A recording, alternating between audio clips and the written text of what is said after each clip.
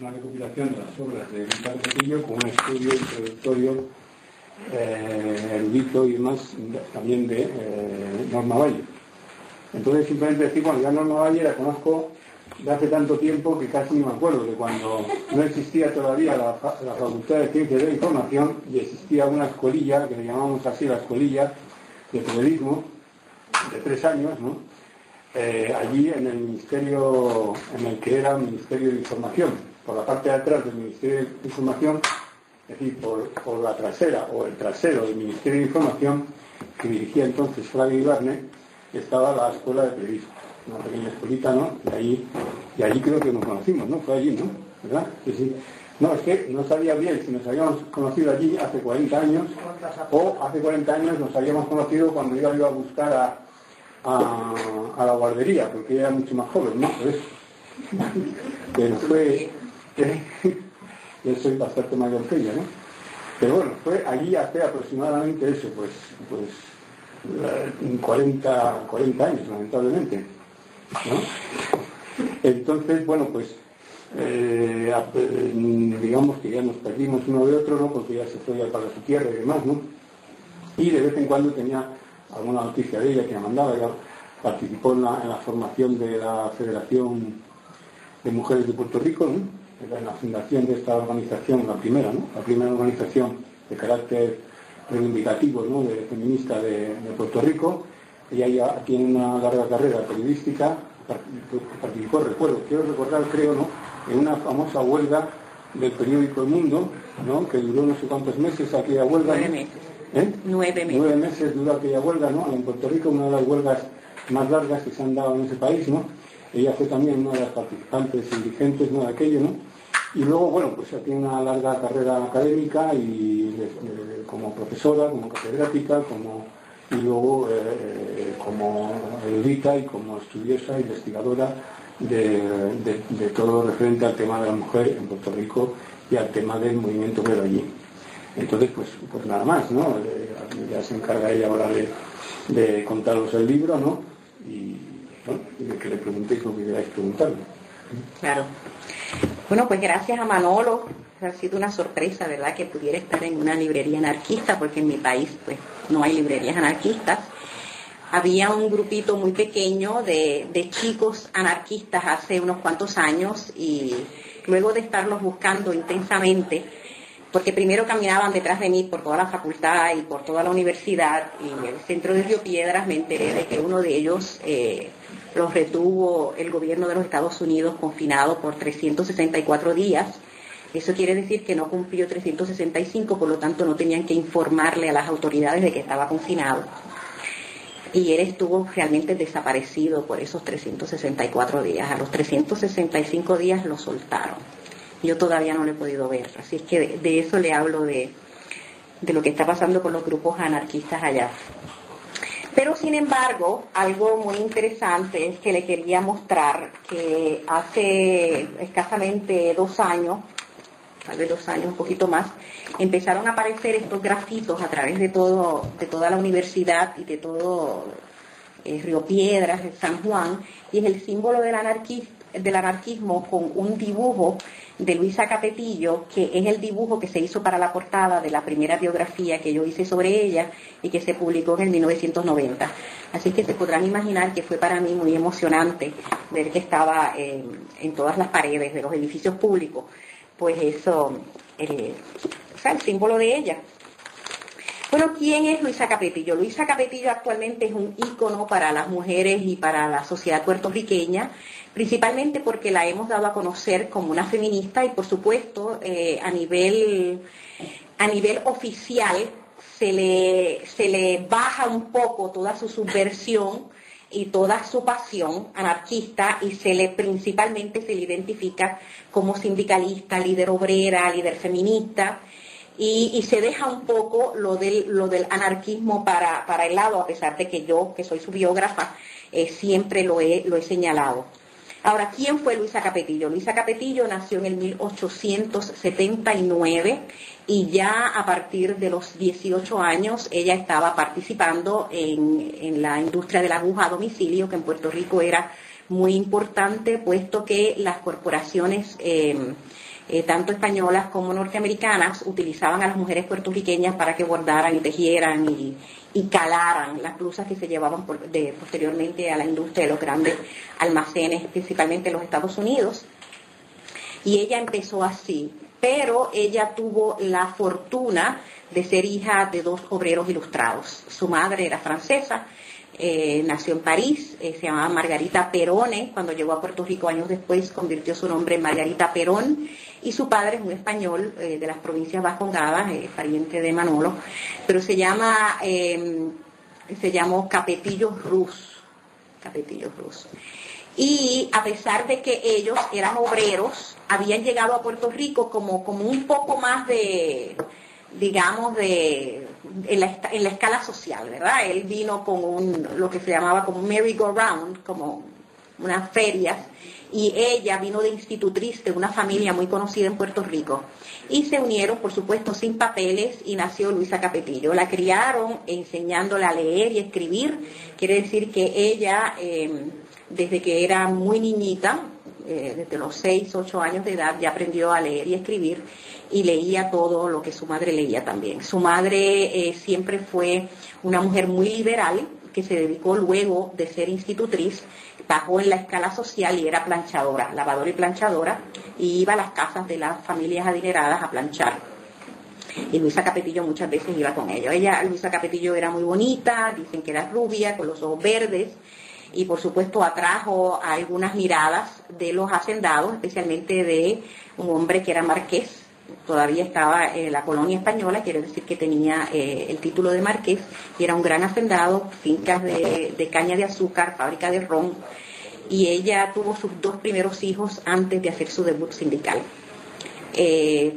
Cansada y hastiada, como ella misma dice en sus libros, de la situación de subordinación de la mujer, decide lanzarse, ¿verdad?, hacer su debut sindical. Ya ella había leído los teóricos del anarquismo, tenía 20 y pico de años y era una devoradora de libros, tenía una vasta cultura de libros. Su madre, que venía de Francia de una época muy liberal, también lo era y le compartía con la hija.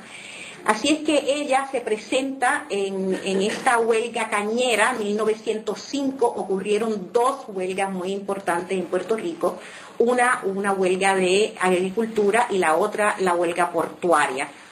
Y entonces Luisa Capetillo se presenta en el 1905 y hace su debut sindical. Lo hace por derecho propio. Ella se llega a una tribuna y ella se dirige a los trabajadores. A partir de ahí se vincula oficialmente a la Federación Libre de Trabajadores, que es la primera organización sindical importante de Puerto Rico, y que aglutina a los trabajadores de prácticamente todos los oficios, tanto agrícolas como de las pequeñas industrias, del tabaco, empleados domésticos, los zapateros, las imprentas, por supuesto los obreros más ilustrados de las imprentas. Y entonces ella se convierte muy pronto en organizadora de las sindicales.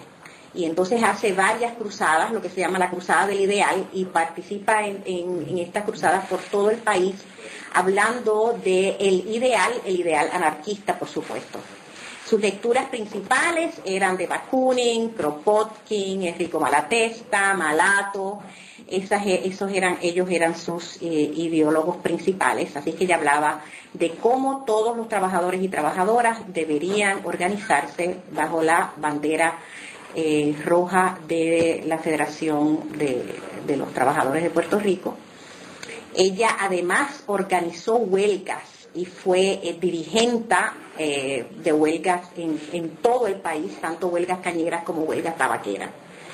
También trabajó como lectora en las fábricas de tabaco, tanto en las fábricas del despalillado como en las fábricas de la manufactura del trabajo. Es una tradición de los trabajadores del tabaco, que es una tradición de Cuba, Puerto Rico, República Dominicana, Ybor City, Tampa, para todo lo que es la cuenca del Caribe. Y entonces los trabajadores negociaban con sus patronos, hubiera una persona que leía. Luisa Capetillo fue una de las pocas mujeres, creo que hubo una mujer en Ybor City, pero otra mujer en Ybor City, pero no he logrado identificar su nombre, pero los tabaqueros, que eran también obreros muy ilustrados, aunque no sabían leer y escribir, ellos escogían los libros que se leían y se leían pues a Bakunin, Federalismo, y leían las novelas de Víctor Hugo y de Emilio Zola. Y lo que pasaba era que había como una especie de tarima y Luisa se sentaba, el lector que le tocara, entonces leía. Y entonces cuando ellos las despalilladoras tenían unos tenedores, ¿verdad? Que era como una especie de pedazo de madera con 3 pedacitos de metal, y con eso despalillaban la hoja del tabaco. Y entonces ellos daban en la mesa para que la lectora volviera y repitiera.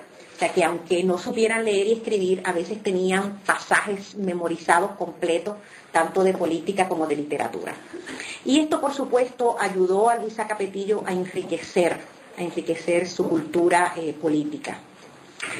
Ella también, como típica anarquista de la época, fue una nómada. Ella viajó muchísimo, viajó a Cuba y participó en el movimiento anarquista cubano. Ella firmó lo que se llamó el Manifiesto de Cruces en el 1913 y hubo una orden de deportación en contra de ella.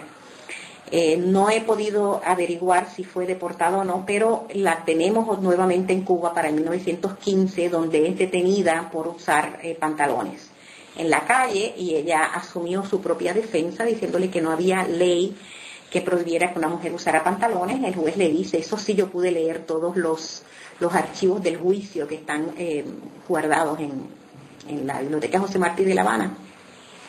Y el juez le dice que ninguna mujer nunca se ha puesto pantalones para caminar por público, y ella le dice que le muestre la ley. Pero como el juez no pudo producir esa ley que prohibiera a las mujeres usar pantalones, pues entonces ella fue declarada no culpable. En Puerto Rico también caminaba en pantalones, y ella escribe por qué usaba pantalones. Usaba pantalones porque Puerto Rico estaba en el trópico, Cuba también, y todo lo que se utilizaba para las mujeres eran vestimentas impuestas por los países coloniales, eran lanas, eran telas pesadas que no se ajustaban a la vida de las mujeres, que la vida de las mujeres tenía que ser una vida mucho más ágil, y que todas esas faldetas y todas esas telas pesadas pues eran muy calurosas y impedían el movimiento de la mujer nueva. Así es que no fue algo frívolo, a pesar de que muchas personas la recordaban como la primera mujer que usó pantalones, pero realmente ella lo hizo por algo ideológico, ¿no? Por algo que podía demostrar.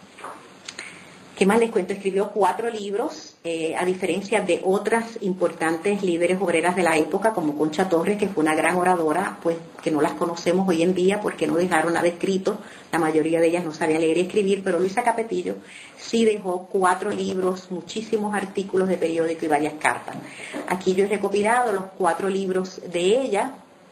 El primero se publicó en el 1907, se llamó Ensayos Libertarios, que lo dice, el título es del género del ensayo político, y ella allí hace su manifestación, su profesión de fe anarquista. Ella explica por qué es anarquista, qué es lo que es el anarquismo.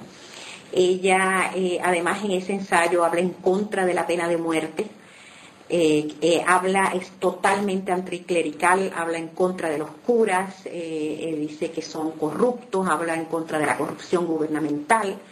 Es un folleto que se reimprimió en varias ocasiones y que es excelente. El segundo libro de ella se llama La humanidad en el futuro, y es su visión de lo que debe ser la utopía, la humanidad en el futuro, y esa base de la huelga general, que las personas anarquistas saben de qué se trata, ¿verdad? Ella piensa que se debe iniciar la sociedad comunista con una gran huelga general, en que todas las personas se vayan uniendo y se conviertan en comunas y en federaciones, y se participe y se elimine entonces el gobierno, y que las profesiones que tienen que dejar de existir son las profesiones de los abogados y de los curas. Esas son las primeras que hay que eliminar. El tercer libro que ella escribe tiene 2 ediciones, y las 2 ediciones son importantes. Se llama Mi opinión sobre los derechos y las libertades, responsabilidades de la mujer como esposa, madre y ser independiente.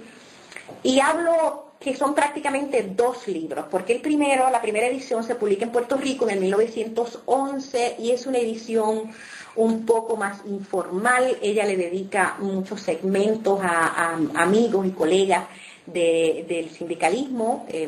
mientras que la segunda edición es más formal, se publica en Estados Unidos, en Ybor City, en Tampa, y ya ella hace unos análisis sobre la mujer mucho más estudiados, cita médicos, científicos sobre la higiene, que era muy importante en esa época. Ella es considerada por algunos estudiosos españoles como una de las primeras personas que abogó por el neomalthusianismo obrero, que me imagino que ustedes conocen, que es el neomalthusianismo que proponía que no podíamos echar más hijos al mundo para que los capitalistas los explotaran, que las mujeres deberían tener derecho al control de la natalidad a través de diferentes medios. Entonces, en este libro, principalmente en ambos, pero principalmente en la segunda edición, ella hace toda su teoría de por qué la mujer debe ser un ser independiente y es igual a los hombres, ¿verdad? Ella, sin embargo, abraza algunas de las que ahora analizamos como teoría feminista. Por supuesto, la teoría anarquista, la teoría radical, de que la mujer pues es igual al hombre, que tiene que participar en igualdad. Ella aboga a favor de la educación no sexista, pero también tiene la teoría maternalista, en que cree que todas las mujeres deben ser madres y que aún las que no son madres porque son buenas, ¿verdad? Para la tierra y para la humanidad. El cuarto libro de ella que está incluido aquí se llama Influencias de las ideas modernas, y es un tratado de todas las ideas que se discuten tanto en la higiene como en la política. Es un texto mucho más híbrido, incluye obras de teatro, tiene ensayo, tiene cuentos breves. Las obras de teatro han sido maravillosas para las feministas jóvenes, estudiosas e investigadoras, y se ha investigado bastante en los años recientes el teatro de Luisa Capetillo. También se ha estudiado su teoría sobre la educación, que tiene mucho del anarquista catalán Francisco Ferrer y Laguardia. Bueno, me quedo aquí, ustedes me hacen preguntas. Miguel. Pues un poco, bueno, nos comentó que era vegetariana, y también es otro... Sí, vegetariana, creía en el espiritista, creía por supuesto en el amor libre, un amor sumamente responsable, tan y tan responsable, ¿verdad?, que yo creo que era más difícil que firmar un papel. Pero sí era vegetariana y tuvo un restaurante en Estados Unidos. Ella vivió bastante en Nueva York, varios años, y tuvo un hospedaje y un restaurante vegetariano. Y hay obreros que cuentan, por ejemplo, el obrero ilustrado Bernardo Vega, que era un tipógrafo, cuenta que él comió en el restaurante de Luisa Capetillo, y que era terrible. Ella fracasaba en todos los negocios porque nunca cobraba. O sea, los obreros llegaban y ella le daba la comida gratis y se quedaban gratis en el hospedaje. Así es que siempre tenía ese enorme problema, ¿verdad? Pero sí era vegetariana. Ella explica cuál era su sistema de vegetarianismo. Era ovo-lácteo vegetariana, o sea que comía vegetales y tomaba leche, y en algunas ocasiones comía huevos, ¿verdad? Ella también lo explica porque es mucho más sano para los seres humanos. Según ella también abogaba por el ejercicio y hace investigaciones y cita a personas eruditas sobre el ejercicio, hacía calistenia sueca todos los días, y también caminaba. Fue madre, tuvo 3 hijos, una hija y 2 hijos. Todos se dedicaron más o menos al sindicalismo, especialmente el hijo menor, que fue un líder sindical en Puerto Rico y en Nueva York. Yo quería preguntar eso, bueno, era cosas que me pero que contarles un poco los problemas de incomprensión que ella tuvo en los propios medios obreros. Es decir, digamos, una persona que es su actitud vital de llevar a la práctica sus ideas, el amor libre y muchos de los planteamientos, pues muchas veces chocaba pues con la mentalidad de los obreros, que sí que tenían una reivindicación social, pero que en otros aspectos no acababan de comprender. Tú en los libros citas que algunos compañeros también, cuando ya la ven como mujer, dicen, pues ya, si nosotros estamos libres, pues digamos, a mí no me importaría tener relaciones sexuales con el tipo de sino digamos, en ese sentido de mujer pública casi, y que en algunos aspectos en la interferencia, o sea, su participación activa en los movimientos obreros no era tampoco bien vista porque todavía primaba el tema de que la mujer debía tener un papel más secundario. Sí, pues ella tenía un respeto intelectual, ¿verdad? Respeto intelectual de sus compañeros obreros y de los abogados y la intelectualidad puertorriqueña, pero por supuesto también toda esta cuestión de toda la ideología del amor libre era a veces mal interpretada por personas, ¿verdad?, que obreros y compañeros de trabajo de ella, y ella siempre estaba al tanto de eso y le decía: si tú me eres muy simpático, pero no te creas que porque yo creo en el amor libre es que me voy a ir contigo, ¿verdad? O sea, ella siempre tenía muy presente en que en todas las relaciones ella hacía manifiesto, ¿verdad?, que sus posiciones ideológicas. Ahora, ella creía que el anarquismo era más que una ideología, un modo de vida. O sea, había que pensar anarquista y ser anarquista en la vida privada. O sea, en la vida privada y en la vida pública. O sea, a diferencia de otras ideologías que la gente dice una cosa y piensa una cosa y hace otra, para ella era, como muchos y muchas anarquistas de la historia, la vida como un drama moral. El erudito Horowitz, que ha escrito varias antologías anarquistas, dice que la mayoría de los anarquistas vivieron en esta época gloriosa, ¿verdad? La época gloriosa, finales del siglo XIX, principios del XX, del anarquismo como un drama moral. Y Luisa Capetillo vivió su vida así. Fue una vida muy dura, muy difícil, pero de felicidad también, porque ella estaba haciendo lo que creía. Ella murió a los 42 años de la enfermedad que era la pandemia de los tabaqueros, de la tuberculosis. Ustedes saben que como ellos estaban todo el día, 12, 14 horas, trabajando con el tabaco, pues eso le minaba, por supuesto, los pulmones. Así es que ella murió a los 42 años, una mujer joven todavía, de tuberculosis. Pero es bien interesante que cuando ella muere, van miles y miles y miles de obreros al funeral de Luisa Capetillo. Era una mujer muy amada, a veces incomprendida, ¿verdad?, pero muy amada. Yo tengo varias anécdotas algunas se las conté a Manolo. Cuando yo empecé a hacer la investigación de Luisa Capetillo, mi primer acercamiento a ella no fue a través de anarquista, porque en ese momento yo era militante marxista.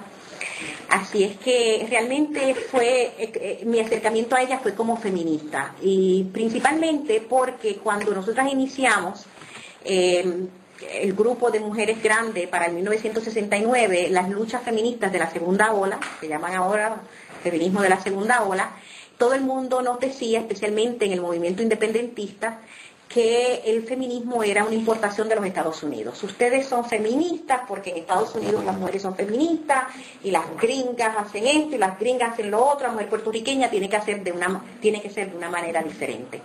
Y yo siempre decía y pensaba que si en mi familia éramos feministas y mi mamá, que tiene 85 años ahora, es feminista, y mi papá, que tiene 91, es feminista, y mis hermanas y yo somos feministas, no podía ser porque vinieran de los gringos, porque ellos son muy puertorriqueños. Así que estábamos en la búsqueda de quiénes eran las mujeres que habían sido feministas antes de nosotras.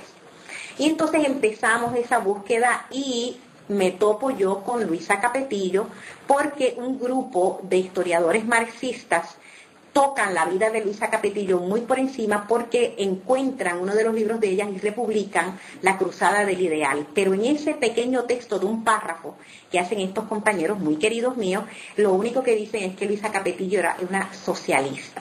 No, jamás dicen que es anarquista, ¿no? Que era socialista. Y yo dije, caramba, Luisa Capetillo, pero qué maravillosa esta mujer que escribe esto. Que ella iba en tren en el 1908, caminando por todo Puerto Rico, por todos los cañaverales, hablando, como ella describe en este relato. Así que inicié la búsqueda de Luisa Capetillo. Los papeles me decían una cosa, la gente no sabía quién era ella, pero cuando empecé a hurgar y empecé a divulgar lo que yo encontraba, me di cuenta que sí, ella estaba en ese inconsciente de mucha gente mayor de Puerto Rico. Entonces yo recuerdo que yo iba caminando por una de las calles del viejo San Juan donde yo vivo, y me llama esta señora, que es una de las grandes intelectuales de Puerto Rico, ahora fenecida, doña Margot Arce de Vázquez, y me llama y me dice, Norma, ven acá que tengo una anécdota que contarte. Pero ¿cuál es la anécdota? Que cuando yo era chiquita, me dice ella, cuando yo tendría 11, 12 años, cuando llegaba a la Capetillo, a la casa de mi papá, que el papá de ella era abogado, a Caguas, nos recogían a todas las mujeres de la casa, a las niñas y a la esposa y a las parientas, y les decían que se metieran en la cocina para que Luisa Capetillo se pudiera reunir con el papá de ella, que era abogado, y con otros abogados, hablar de las negociaciones colectivas que estaban negociando los convenios, ¿no?, de la Federación Libre de los Trabajadores. Entonces me empecé a encontrar con anécdotas. Don Ricardo Alegría, que es un intelectual de la cultura en Puerto Rico, me llamó un día también y me dice: Norma, mi papá, don José Alegría, era muy amigo de Luisa Capetillo. Entonces me encuentro con otros, entonces me voy a Arecibo, que es su pueblo natal, y encuentro obreros que la recordaban.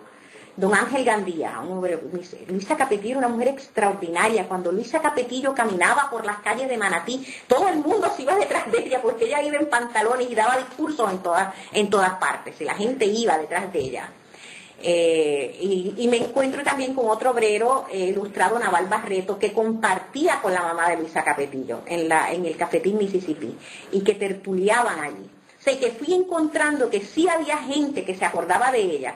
Pero ¿qué sucede? Que Luisa Capetillo todavía para la década de los 70 y de los 80 era una palabra non grata en su pueblo de Arecibo, porque el padre de los hijos de ella era un hombre muy poderoso, había sido alcalde de Arecibo por mucho tiempo, y había habido unas disputas ahí de amores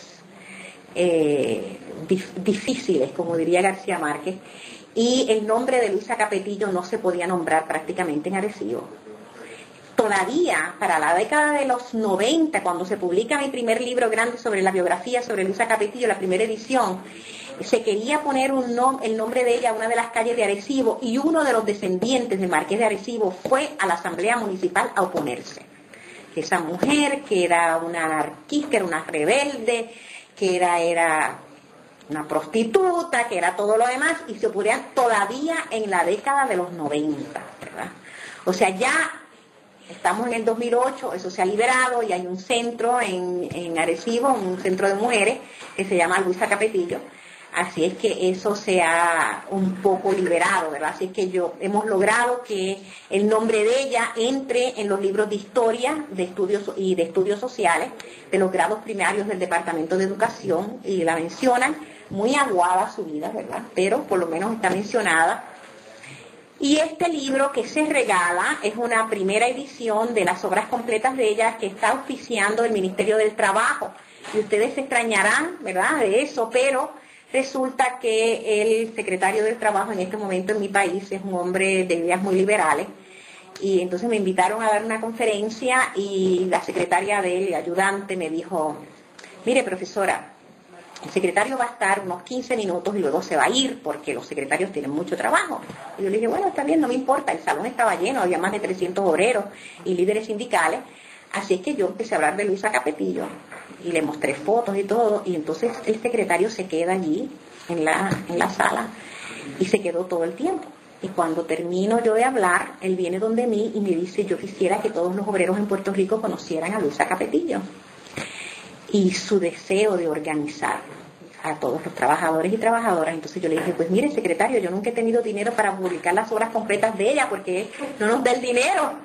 Así es que él dijo: pues cuente con eso. Así que este es el producto, y él está muy contento. El libro acaba de salir de imprenta y se presenta el 12 de agosto en Puerto Rico, así es que ustedes tienen una primicia aquí.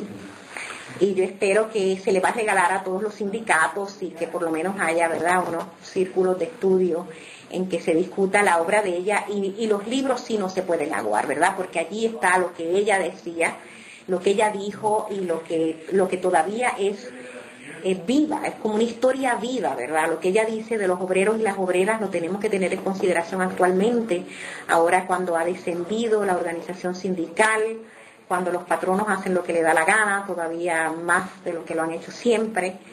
Así es que es importante que haya paradigmas, y en un país como Puerto Rico, que es una colonia, necesitamos creer en gente valiosa y gente diferente, gente valiente, que ha luchado por los derechos humanos y por los derechos de las mujeres y de los hombres. Hola, Brenda. ¿Algún comentario? eso, ¿qué relación tenía con el movimiento independentista, ¿no? ¿Cómo eran las relaciones? Malas. El movimiento independentista en esa época era liderado por José de Diego, que tiene sus cosas buenas, ¿verdad? Él fue presidente de la Cámara de Diputados, primero bajo la colonia española y luego bajo Estados Unidos. Pero José de Diego era un hacendado y era dueño de negocios, ¿no? Así es que ahí hay eso, pero además para Luisa Capetillo, más que la nación, su patria era la libertad, ¿verdad? O sea, ella podía estar en cualquier país y sentirse a gusto. Yo creo que eso es bien importante. Además, yo quiero señalar que Luisa Capetillo estaba muy conectada con el movimiento obrero internacional.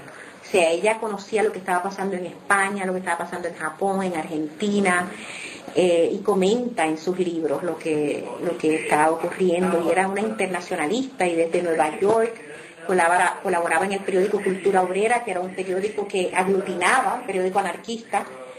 La colección es bastante interesante, que aglutinaba a los anarquistas de todas partes, de los españoles que trabajaban en los centros de tabaco de Nueva York. Había muchos españoles, italianos. Y entonces, por supuesto, el independentismo, ella era pues una persona también non grata, y ella escribe un ensayo breve que se llama Independencia para qué, y ella dice: ¿para qué vamos a tener la independencia si esto va a ser una república, ¿no?, globalizada, el mundo de los obreros, de las comunas? La sociedad comunista no necesita naciones. Así es que había esa. Pero sin embargo, ella ha sido muy criticada como no puertorriqueña, y eso yo lo discuto en mi ensayo, porque ella sí se sentía muy puertorriqueña. Todo lo que ella hacía era para las mujeres y hombres de Puerto Rico, de los trabajadores y trabajadoras, y siempre menciona a su país, a su suelo natal, a sus paisanos. O sea que ella estaba muy preocupada por la miseria que sufría Puerto Rico. Y sí también lo compartió, ¿verdad?, con la gente en Estados Unidos, los líderes de la AFL-CIO, a la cual se afilió la Federación Libre de Trabajadores, y quería que se hiciera una escuela granja agrícola en Puerto Rico, que nunca logró, pero esa era su relación. Perteneció al Partido Socialista Obrero, un poco en contra, ¿verdad?, contradictoriamente, porque no creía en eso. En las elecciones, no creía en las elecciones. Y entonces Santiago Iglesias Pantín, que es un líder obrero, le llaman el padre del sindicalismo en Puerto Rico, gallego, español, nacido aquí en Galicia, que llegó a Puerto Rico a través de Cuba, se involucró en toda la cuestión política electoral y llegó a ser un dirigente importante en Puerto Rico. Y Luisa Capetillo, en las elecciones del 1920, participa en los discursos. Como ella era tan buena oradora, Santiago Iglesias la lleva como oradora a varios de los centros, pero es algo que a ella realmente no le interesa demasiado. Es importante sacar a esta gente de ese olvido que existe, ¿no? Pequeñas estrellas dentro del mundo libertario, completamente desconocido para la inmensa mayoría. Te cuento cómo conocí yo a Luisa Capetillo, de su obra, ¿no? Tú nombras el mundo del tabaco, como la importancia de la zona de Tampa, la zona de Cuba. Yo soy de Canarias, y empezamos a hacer una especie de trabajo, un estudio de esos que quedan en el camino y que algún día terminaremos, sobre la mujer y el tabaco en Canarias, que tiene mucha vinculación con Cuba y con toda esta gente, y empezamos a encontrar un personaje como Luisa, que es una obrera que trabaja leyendo la lectura del tabaco, que no sé qué, no sé cuánto. Entonces empezamos a buscar, tuvimos la suerte de encontrar el libro tuyo en inglés, porque el encontramos de ninguna manera. La obra que acaban de sacar, el de bilingüe, de la edición bilingüe, no sé si tú también estás metida con esa edición, una inglesa, una edición bilingüe, una de las obras de Luisa. Y era la sorpresa encontrarnos esto aquí, o sea que esperemos que llegue, que no se quede solamente en Puerto Rico, Sí, claro. y que llegue más allá, porque la importancia, sobre todo nosotros que sentimos la importancia en Canarias de la vinculación mujer y tabaco, que es muy muy importante, porque era como el sector más importante de sociedades agrícolas como era la Canaria puertorriqueña, donde la mujer tenía un espacio para incorporarse al mundo laboral, más allá de asistenta y cocinera. y es muy importante la figura de las tabaqueras, que son una de las fundadoras, por ejemplo, del movimiento sindicalista en Tenerife, concretamente. Bueno, en Puerto Rico también, sí. Las tabaqueras muy importantes. Las cigarreras, como las llaman allí, las practicaban y que fueron muy importantes en el movimiento libertario y que están completamente en el olvido. Se habla mucho de otras cosas, otros gremios, otras historias. Pero digo que me gustó muy... Qué bueno que están haciendo eso. Pues tenemos que intercambiar direcciones. Aquí hay una fotografía de la fábrica La Colectiva, que es una empresa enorme norteamericana en Puerto Rico, que ahora es el Archivo Nacional de Puerto Rico. Pero esa fábrica de tabaco, habían miles y miles de trabajadores puertorriqueños, hombres y mujeres, las despalilladoras y los tabaqueros. Fue una de las industrias más militantes, o sea, las huelgas que tenía La Colectiva. Por ejemplo, por eso de los lectores, que parecería como algo muy lindo, muy chévere, fue negociado colectivamente a través de huelgas, porque los patronos no querían dejar que una persona se sentara ahí a leer. Y de hecho ellos consiguieron que el patrono le pagara medio centavo, y entonces los trabajadores hacían como una especie de colectas y pagaban el resto. Eso se daba el caso de los patrones, ya los libros que tenían que leer, y la pelea de los obreros para decidir que esos libros no les interesaban. Entonces fue una pelea muy importante, también revolucionaria, o sea que traen la tradición de Cuba, la gente que estuvo en Cuba. Nombras que la llevan a expulsar de Cuba, que no recuerdo mucho de... El Manifiesto de Cruz, en 1913, hay un decreto de expulsión. Es que en esa época hay un proceso de expulsión de todos los que sean líderes sindicales. Líderes sindicales, anarquistas. Ella está con el grupo de líderes sindicales, pero no he encontrado evidencia, a pesar de que he estado varias veces en Cuba investigando, de que fuera expulsada. O sea, sí se hizo el decreto, pero es posible que saliera y volviera a entrar, porque después viví en Cárdenas y después vivió en La Habana, en la calle Virtudes, y en el 1915 ya estaba en La Habana. O sea, que es posible que saliera y volviera a entrar, porque eso era parte. Ella estuvo también en la República Dominicana y resulta que iba a hablar en el Teatro Nacional, y cuando llegó había una huelga de zapateros, así es que ella no cruzó piquetes, por supuesto, así es que dio sus discursos afuera. Pero las bibliotecas en la República Dominicana están bastante maltrechas y no pude recobrar muchos de los periódicos. Pero sí es interesante, ¿verdad?, que ahora hay varias investigadoras en Estados Unidos, investigadores que han trabajado la obra de ella. Por ejemplo, hay A Nation of Women, es un compañero que ahora es secretario de la familia en Puerto Rico, pero que editó el libro Mi opinión de ella en inglés, y ahora hay otra joven también investigadora, Lara Walker, que está haciendo también otra producción en inglés.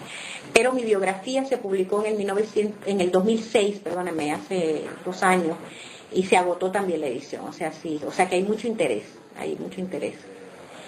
Claro, en Estados Unidos me molesta un poco porque la llaman Hispanic y no puertorriqueña, y eso me hiere mi sensibilidad. Pero nada, que se conozca la obra de ella, ¿no? ¿No están haciendo el esfuerzo con el inglés también? Para que sí, importante. No dicen el bilingüe. Uh-huh. ¿Y sus vínculos con el resto del movimiento libertario? Tú has dicho que era muy importante, que tenía contacto. Sí, tenía contacto. Por ejemplo, en una de sus obras reproduce la obra de Vernet. De Magdalena Vernet, que ya conocía y leía francés, su madre era francesa, que ella reproduce la obra de Magdalena Vernet. Ella conocía a los Drysdale, que eran ingleses, ella hablaba inglés, o sea que era una persona que se movía bastante bien.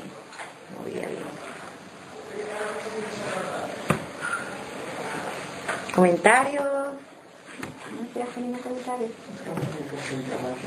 ¿Hay una obra o una comparación? Dígame, Carmen. Es lo que decíamos antes, que son esas estrellitas que curvan mucho para conocerlas. Se sabe mucho de ese monstruo que fue Emma Goldman, que cubrió, parece que era el único que estaba en anarquía en toda Latinoamérica. Y se sabe de algunas cosas de Argentina, pero después empieza a descubrir el movimiento libertario en Perú, el movimiento libertario en Venezuela, el otro día en Costa Rica, que visitaban una revista donde Anselmo Lorenzo, uno de los mayores pensadores del anarquismo en España, era el que hacía las editoriales. Estamos hablando de 1915 y era constante y es constante. Sí, era, por ejemplo, Enrico Malatesta, que vivió en Argentina, Bakunin, que fue a Panamá, fue a México, o sea, todo esto se conocía y había una gran circulación de periódicos. De hecho, Luisa Capetillo vendía también periódicos anarquistas que llegaban de otros países.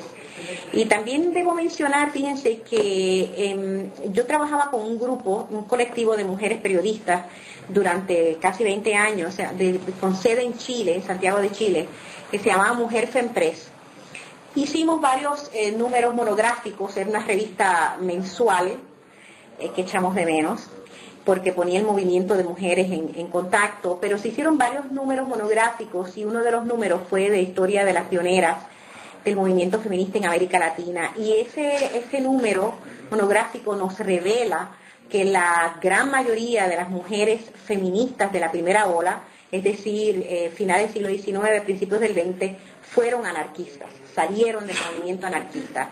Eran sindicalistas, eran anarquistas y eran feministas. Yo escribí un ensayo que se publicó hará como 1 o 2 años, que se llama Anarquismo y Feminismo, 4 mujeres de América Latina, y hablo y comparo una feminista argentina, que es Juana Rouco Buela, una feminista uruguaya, María Collazo, y una feminista mexicana, Juana Belén Gutiérrez de Mendoza, y Luisa Capetillo. Y las ideas de ellas eran tan similares.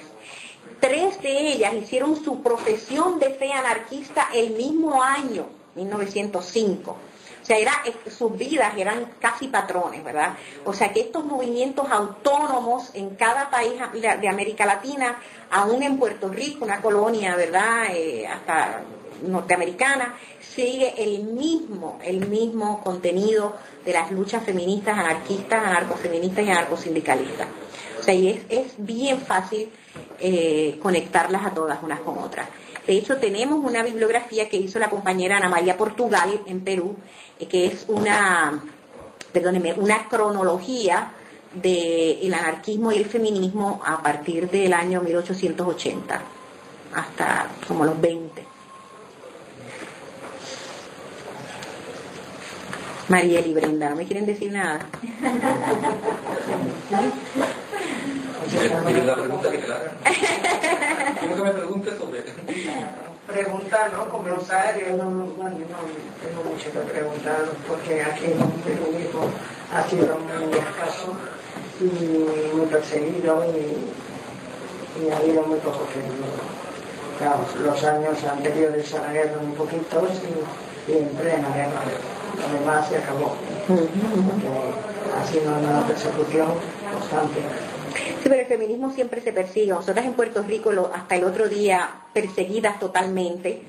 Yo le estaba contando a Manolo antier que en los años más importantes del movimiento feminista, que yo era lideresa para toda la década de los 70, en Puerto Rico había un sistema de vigilancia y de persecución y de hostigamiento no solamente de los independentistas, separatistas, sino también de las feministas, y nuestras organizaciones feministas fueron intervenidas con agentes al seno de las organizaciones y fuimos encarpetados, nos hicieron dossiers, files, durante todo el tiempo nos hacían investigaciones, nos visitaban los agentes a todas nuestras familias. Yo tengo papeles en mi carpeta que son hasta cómicos, ¿verdad? Cosas como, por ejemplo, y fue a la Facultad de Estudios Generales y dijo que las mujeres eran iguales a los hombres, firmado, agente fulano de tal, ¿verdad? O sea, cosas así, o sea, y entonces después nos preguntábamos por qué se rompían las organizaciones, pero si teníamos esa veneno dentro de las organizaciones feministas muy, muy perseguidas. Porque en uno de los informes que escribe los agentes estos de la policía dice que esto era lo más terrible, organizar a las mujeres en contra de los Estados Unidos y del movimiento feminista, esto era lo más terrible. Así es que el feminismo siempre ha sido perseguido cuando es un feminismo serio. Aquí las mujeres feministas pues han hecho un papel que le han admitido, porque aquí la cosa del feminismo pues ha estado muy vetado por todos, hasta por la misma familia, ¿no? Es decir, que tú actuabas en una familia, yo por ejemplo, no le decía a mi casa que yo iba con los anarquistas, Porque una vez pregunté a mi madre, por ejemplo, que quiénes eran y que tenía 14 o 15 años, y me dijo que eran unos señores que cuando había que matar a uno, pues se lo sorteaban y al que le tocaba lo mataba. Y yo dije, madre mía, ¿dónde estoy yo? Dije, como me toque a mí matar a alguien, que ¿no? Yo tendría entonces pues 16 años o por ahí, que tenía pues, bueno, la que yo me formé después de los anarquistas, pero no podías hablar a nadie de que pensabas en eso, y luego nos hicieron un poquito cobardillas, hemos tenido una guerra muy dura y se acabó. Sí. Ahora son las fechas. La que ha habido. Vamos, ha habido tal terror que las que han sido anarquistas pero tal y han sido figuras y tal, pues ha sido a consultarles algo y no te han podido, no te han dicho nada. Vamos, es que no te han recibido, ¿comprendes? O sea, que aquí el feminismo ha estado muy desarrollado. Sí. Pero mucho. Y claro, pues aquí se ha negado si has estado en la cárcel o si te han detenido, todo eso lo negabas a tus vecinos y a todo el mundo, porque claro, si se enteraban, pues en cuanto cualquier cosa que decías, pues te volvían a meter en una cárcel o en una comisaría que tenía 8 o 10 días o cosas así. Puerto Rico no te metían en la cárcel, pero lo que hacían era que te visitaban el trabajo donde tú estabas para que te despidieran. Ah, no, claro, sí, todo el tiempo. No lo sabía nadie sabía de ideas y sobre todo de las mujeres. Y de todas maneras es que había muy poco movimiento en ese aspecto de las mujeres. Y luego pues he luchado muchísimo en la guerra y acabó mucho. Ahora las de las fechas están todas ahí. Cogiendo cargos y todas esas. Estas son las que están haciendo las bajadas. Hay 3 o 4 hermanas por ahí que, bueno, que crees que se no va más. ¿No? Y claro, que no hay nada de la mujer que pongan. Brenda. Quiero dar gracias a Norma. Mi reencuentro con Luisa aquí en España, yo la conocí a Luisa Capetillo en el 93, cuando tuve la clase de Ciencias Sociales con Coto, y para mí me abrió el mundo, tú sabes, igual que aquí, igual que yo salía de un colegio católico donde era lo opuesto, lo que nos enseñaba en la clase de estudios sociales. Y Luisa Capetillo fue una de mis primeras lecturas. Y nada, un placer volverte a tener aquí. Qué bueno verte. Pues sí, y el reencuentro con Luisa de nuevo, muy grato. Gracias. Okay. Vale, pues ya acabamos. Gracias, Muchas gracias. Gracias, voy a tomar más agüita.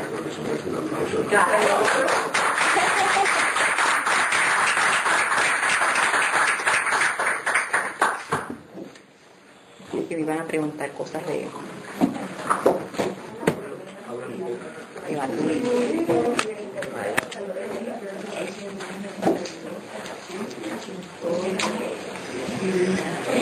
¿Qué pasa?